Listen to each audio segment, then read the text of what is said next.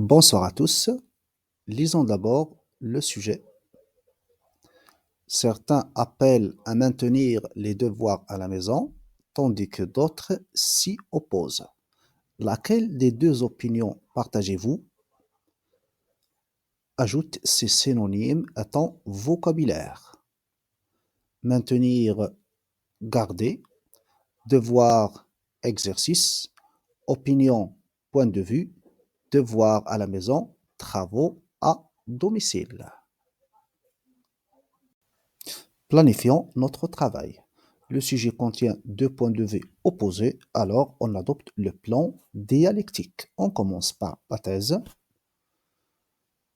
où on avance les arguments des défenseurs des devoirs à la maison. On passe après à l'antithèse. On cite les arguments des opposants aux devoirs à la maison.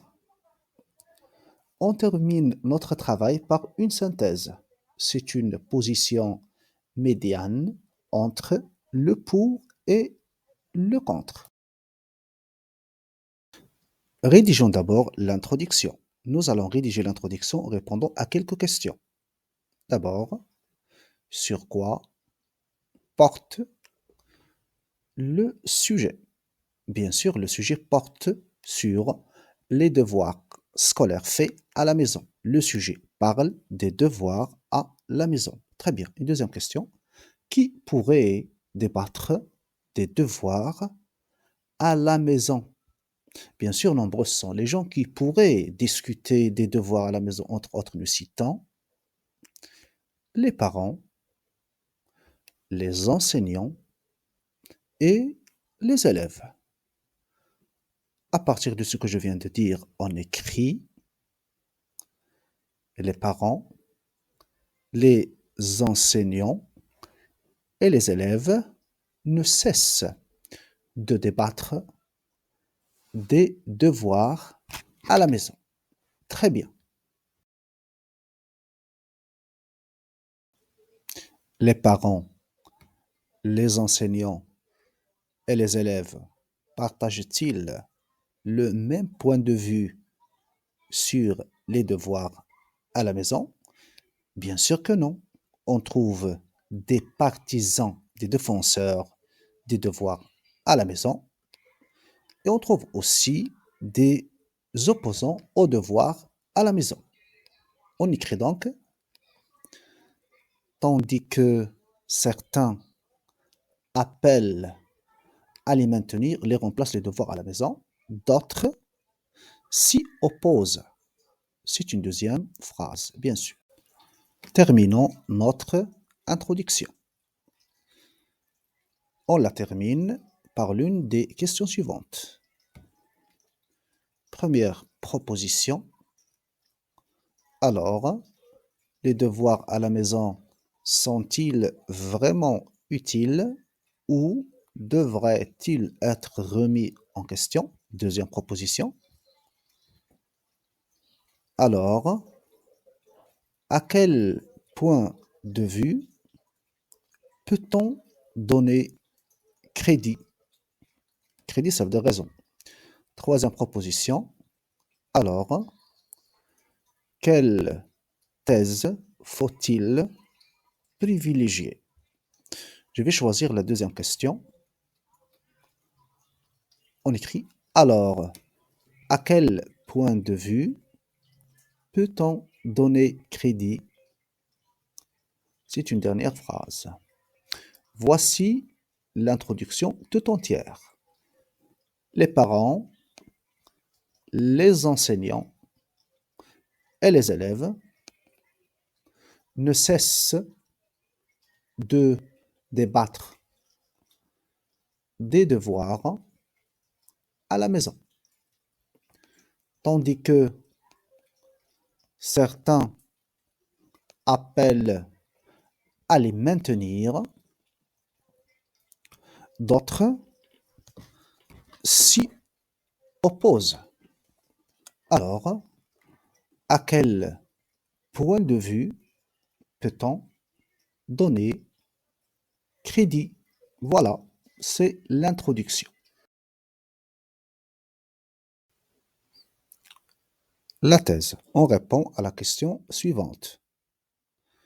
Quelles sont les raisons invoquées, citées par les défenseurs, les partisans des devoirs à la maison? Il s'agit précisément des avantages des devoirs faits à la maison. D'abord, la consolidation des connaissances.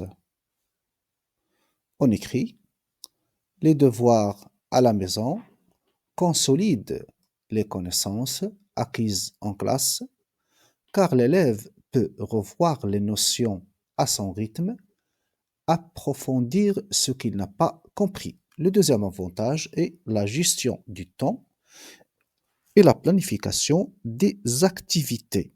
Ce sont bien sûr des apprentissages. On écrit, l'élève apprend à gérer son temps, à planifier ses activités. Des compétences bien sûr utiles dans la vie quotidienne.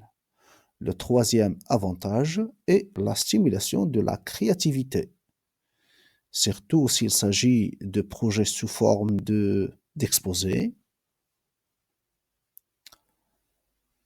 de tableaux de peinture,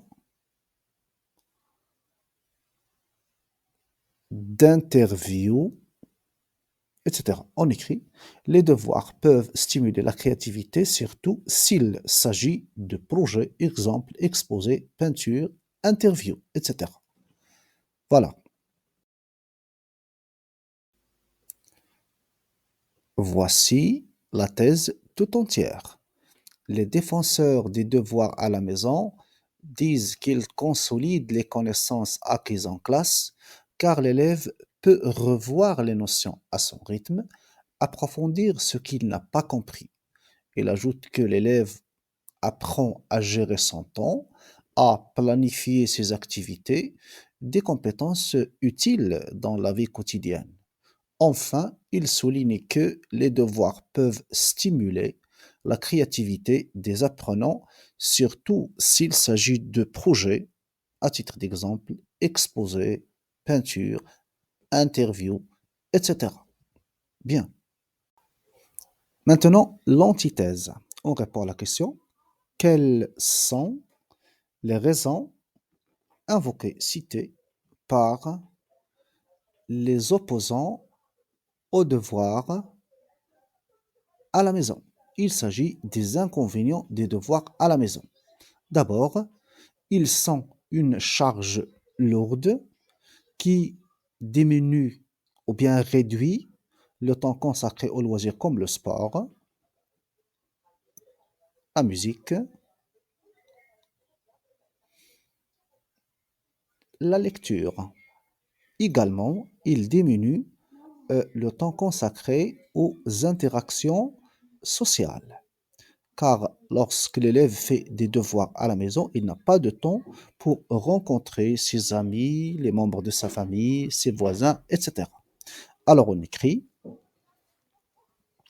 les devoirs représentent une charge trop lourde, ou bien tout simplement lourde, qui réduit le temps consacré aux loisirs et aux interactions sociales.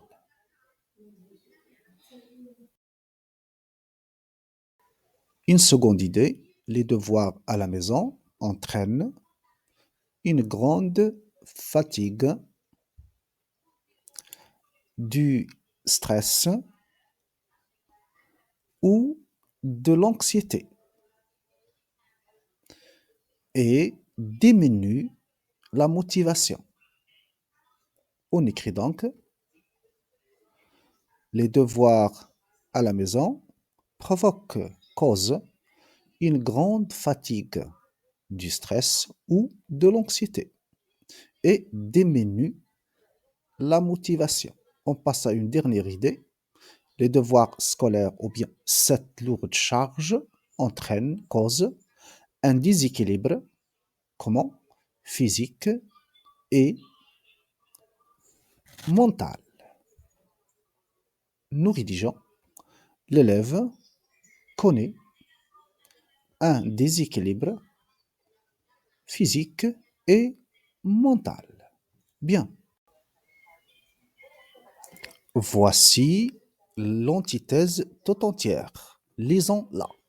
Les opposants aux travaux à domicile affirment qu'ils représentent une charge trop lourde, qui réduit le temps consacré aux loisirs et aux interactions sociales. Également, ils déclarent que ces travaux provoquent une grande fatigue, du stress ou de l'anxiété et diminuent la motivation. Ainsi, selon eux, l'élève connaît un déséquilibre physique et mental. On arrive enfin à la synthèse. Entre l'accord total et le refus catégorique, je me positionne. Je dis que je soutiens, j'approuve les devoirs scolaires faits à la maison, mais je pose des limites, à savoir, les enseignants doivent prendre en considération le niveau des élèves et leur rythme de travail. Après, je cite une conséquence. Je dis que les élèves, de cette façon, vont bien profiter des devoirs à la maison. En même temps, ils vont mener une vie normale. Par exemple, ils peuvent rencontrer leurs amis, écouter de la musique, jouer aux jeux vidéo, lire ou pratiquer du sport. Bien, on écrit. Personnellement, je soutiens le fait de donner aux élèves des exercices à faire chez eux. Toutefois, il me semble essentiel que les enseignants prennent en considération leur niveau et leur rythme de travail. De cette façon, je cite une conséquence, ils vont en remplacer les devoirs à la maison, en tirer pleinement profit, tout en menant une vie normale. Voilà, c'est la fin de notre production écrite concernant les devoirs scolaires faits à domicile. Au revoir.